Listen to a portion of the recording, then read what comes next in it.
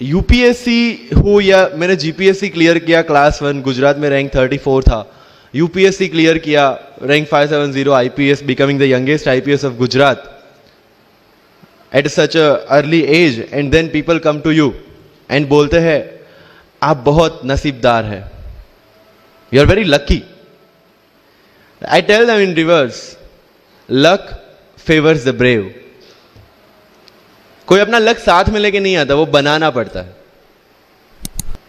अगर आपके पास रिस्क लेने का एटीट्यूड है, सी मैं गुजराती हूं and we know the business, and business का एक ही फंडा है, higher the risk higher the profit.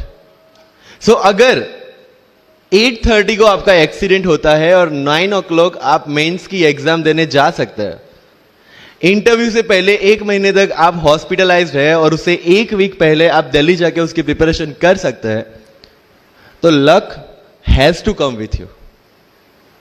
उसको आना पड़ेगा और आपको आईपीएस बनाना पड़ेगा।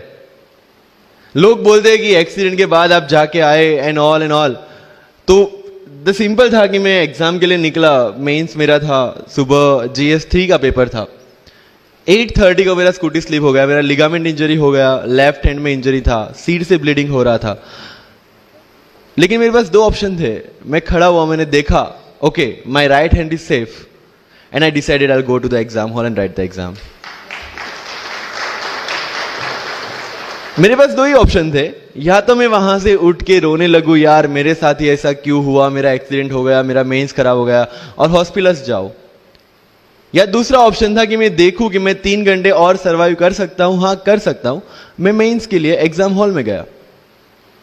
ये जितने भी फोटोग्राफ्स लगे हैं, सर ने जैसे बताया कि जितने भी इंसान सक्सेसफुल हुए, अगर आप उसकी लाइफ स्टोरी देखेंगे तो कहीं ना कहीं एक मोमेंट आता है जहां पे वो इंसान की जो स्ट्रगल है वो पीक पे हो जाते हैं।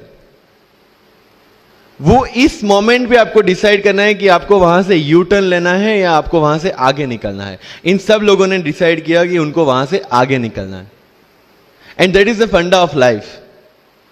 सक्सेस उन्हीं को मिलता है जो इस स्ट्रगल वाले मोमेंट से आगे निकलने की सोचता है। जब भी आपको लगे कि आपके सिर पे बहुत मुसीबत है, जब भी आपको लगे कि आप हर तरह से गिर चुके हैं, जब भी आपको लगे कि आपके पास कोई ऑप्शन नहीं है, तब एक चीज आप अपने दिमाग में लाइएगा कि यही मोमेंट है जहां से आपकी तकदीर बदलने वाली है। क्योंकि डायमंड जो होता है वो जितना ज्यादा घिसता है उतनी ज्यादा उसकी वैल्यू होती है। सोना जो होता है वो जितना ज्यादा तपता है उतनी उसकी वैल्यू होती है। अगर आप जिंदगी में तप रहे हैं, अगर आप जिंदगी में घिस रहे हैं, अगर आपको लग रहा है कि आप हर तरह से मुसीबतों में गिरे हुए हैं, तभी आपकी जो वैल्यू है वो बढ़ने वाली है।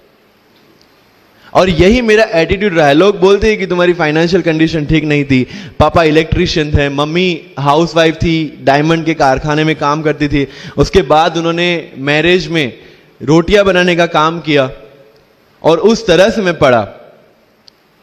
लेकिन जब मुझे पूछा जाता है कि ऐसी कौन सी चीज है आपकी लाइफ में जो आप बदलना चाहते हो, एंड आई सेड नथिंग। क्योंकि अगर वो चीजें नहीं होती मेरी लाइफ में तो शायद आज आपके सामने में नहीं होता। तो अगर लाइफ में प्रॉब्लम्स है, अगर लाइफ में स्ट्रगल है, जैसे सर ने बोला है struggle is a part of life, and I strongly believe in that. क्योंकि अगर हम दिल्ली में थे, मेरे दोस्त के साथ में निकला बाहर घूमने, तो बोलता है यार ऐसी लाइफ चाहिए, कोई मगजमारी नहीं, आराम से बैठते पूरे दिन एसी वाले कमरे में, बहुत सारे पैसे है और कोई टेंशन नहीं, ऐसी लाइफ चाहिए मुझे। बोला मेरे पास ऑप्शन है। बोलता क्या?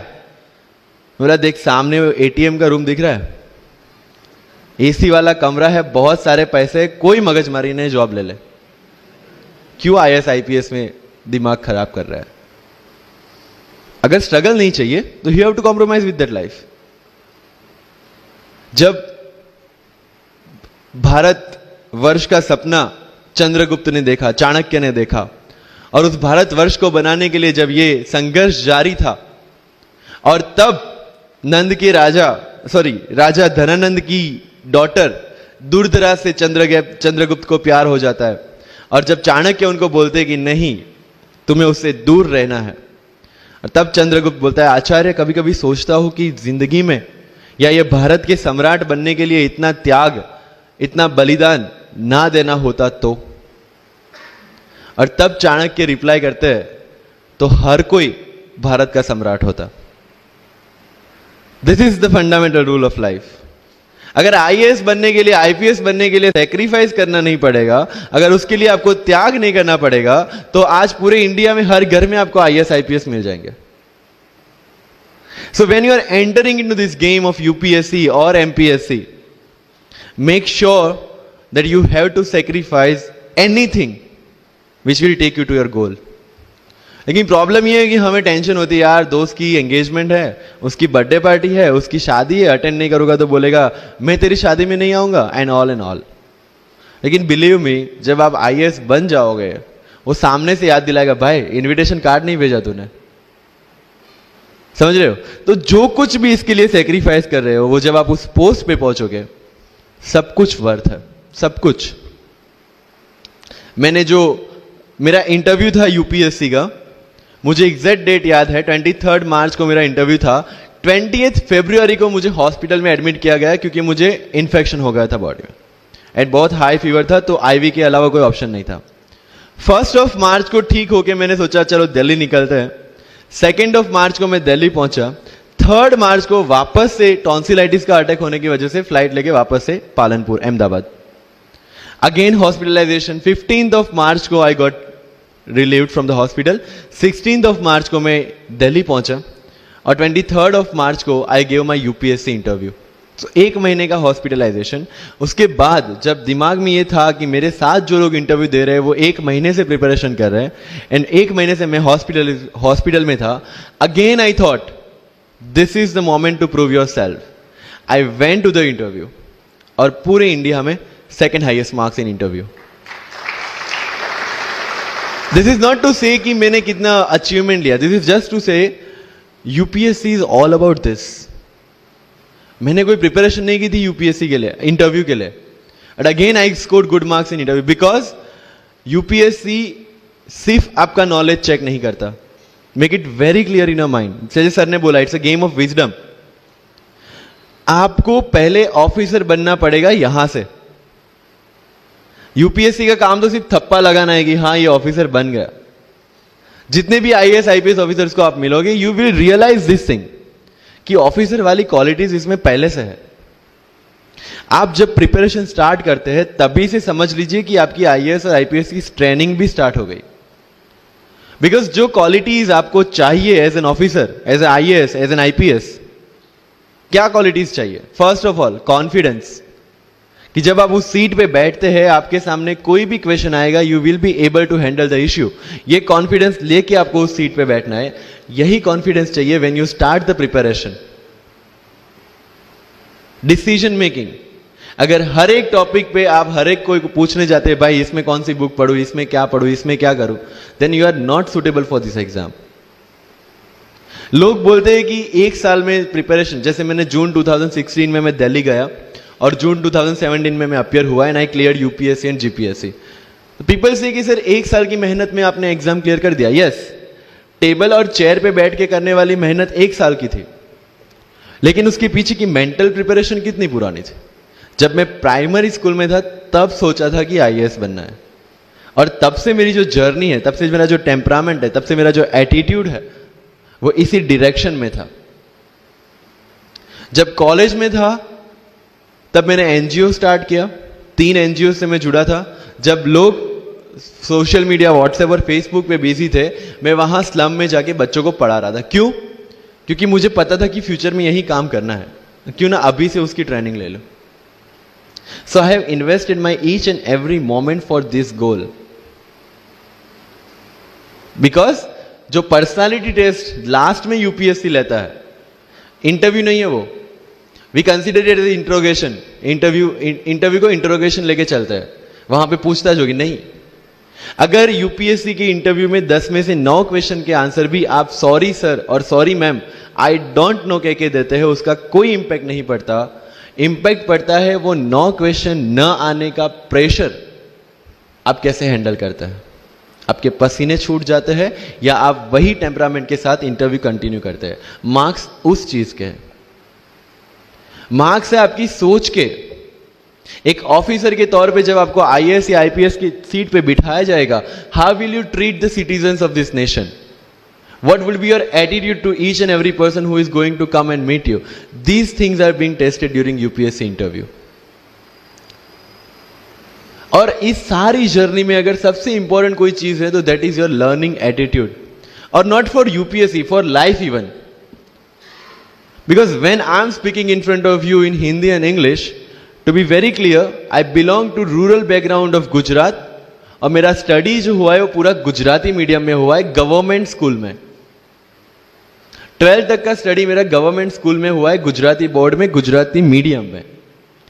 And yet I can give my UPSC interview in English in Delhi and score such marks. Where did it come from? कहां से आता है ये? मुझे अभी भी याद है, मेरा college National Institute of Technology Surat था, जहां पे मेरे साथ जो पढ़ने वाले बच्चे थे वो सारे सीबीएसई आईसीएसई वाले थे, और मैं एज ए एलियन वहां पे पहुंचा था, क्योंकि तब मुझे पता चला कि मैकडी जैसा भी कुछ है और उसमें बर्गर जैसा भी कुछ मिलता है. That was my first exposure to any metro city. And जब मैं उनसे इंटरेक्शन करता था और इंग्लिश बोलने की ट्राई करता था, तो जैसे संजू मूवी में इंग्लिश दिखाया गया है गुजरातियों का, जो जीरो को जीरो बोलते हैं, उसी तरह I was also like that. Mother tongue influence आ जाता है, it's very obvious. So I use to speak notes and not notes, और डोर एंड नॉट डोर, और don't and not don't. So they used to make fun of me. Safin, it's not don't, it's don't. Okay, fine. I had two options. Either I stop speaking English with them or improve on that and go ahead. I decided the second option. When I started my preparation of civil services, जो English medium में करनी थी, वाजीराम में मैंने coaching किया, जहां पे पूरा इंग्लिश मीडियम में था, सारे सब्जेक्ट्स मेरे लिए नए थे. I started from the scratch. I started from the English medium NCERT of standard 5 and 6, Gujarati dictionary, Gujarati to English dictionary, and then I started my preparation. कभी कभी ऐसा होता था कि द हिंदू का पूरा एडिटोरियल पढ़ लिया और उसके बाद आई वाज लाइक कि मैंने क्या पढ़ा. ये होगा, सबके साथ होगा. बट उस जगह अगर आप टिक गए, उस जगह अगर आपने पेशेंस रखा, उस जगह आपने अगर सर्वाइव कर दिया, तो इस एग्जाम में भी सर्वाइव कर जाओगे. क्योंकि यूपीएससी की जो रेस है उसमें कभी भी कछुआ, कभी भी खरगोश नहीं जीतेगा. इसमें जीतने वाला ऑलवेज कछुआ ही होगा, जो स्लो बट स्टेडी रहेगा. लग जाते हैं 5 साल भी लग जाते हैं, 7 साल भी लग जाते हैं, 9 साल भी लगे हैं लोगों को एग्जाम क्लियर करने के लिए. लेकिन बिलीव में जब रिजल्ट आएगा ना, तो वो सारा सेक्रीफाइस आपको वर्थ लगेगा. आप पढ़िए लोगों के इंटरव्यूज. मैंने क्या किया कॉलेज के 4 साल में, I went through each and every interview of UPSC toppers on YouTube. Ira Singhal से लेकर टीना डाबी मैम तक सबकी इंटरव्यूज मैंने देखे. For what? Just to know कि उन्होंने ऐसी कौन सी गलतियां की थी जिससे इनको इतना टाइम लग गया, और मुझे कौन सी गलतियां रिपीट नहीं करनी है. क्योंकि चाणक्य ने कहा है कि दूसरों के एक्सपीरियंस से जो सीखते हैं ना, वो जल्दी आगे आ जाता है. क्योंकि खुद सब कुछ अनुभव करके सीखने के लिए जिंदगी काफी छोटी है. I did the same. 4 साल में हर एक टॉपर का इंटरव्यू देख लिया, चीजें समझ ली कि ऐसी कौन सी चीजें जो इन सब ने की है, और ऐसी कौन सी चीजें हैं जो गलतियां हैं जो इन्होंने की और जो मुझे रिपीट नहीं करनी है. सो जब युद्ध के मैदान में हम उतरते हैं, इस चक्रव्यूह में उतरते हैं, तो अभिमन्यु की तरह नहीं, अर्जुन की प्रिपरेशन के साथ उतरना है कि हमें पता होना चाहिए कि इससे बाहर कैसे निकले. I did the same. College के 4 साल इंटरव्यूज देखे, ब्लॉग्स पढ़े, समझा कि इसमें कॉमन मिनिमम क्या है. वो जो कहानी अगर आपने सुनी हो कि शार्पनिंग द एक्स, रोज अगर आप पेड़ काटने के लिए जाते हैं तो you have to sharpen your axe, otherwise day by day आपकी जो एफिशिएंसी है वो कम होती जाएगी. 4 years in my college I sharpen my x, जिससे 1 साल में मुझे कहीं पे रुकना ना पड़े. This was the strategy. आज मेरे पास काफी मैसेजेस आते हैं, sir please give me your strategy. I am sure आप में से काफी लोगों ने किसी टॉपर्स को पूछा होगा, please share your strategy. Why? हर एक की स्ट्रेटजी अपनी खुद की होती है. अगर आज 990 लोग यूपीएससी में सिलेक्ट हुए तो यू विल गेट 990 स्ट्रेटजीज, क्योंकि हर एक की स्ट्रेंथ और हर एक की वीकनेस अलग है. You have to understand this.